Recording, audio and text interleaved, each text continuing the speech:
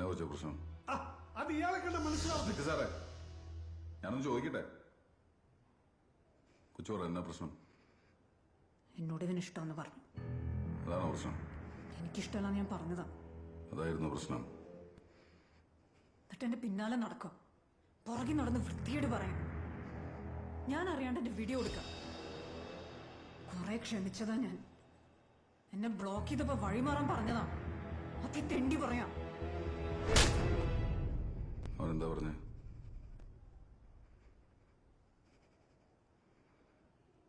നീ നിന്റെ അപ്പനെ കൊന്നതിന്റെ കൂടെ കിടക്കണോടല്ലേടി?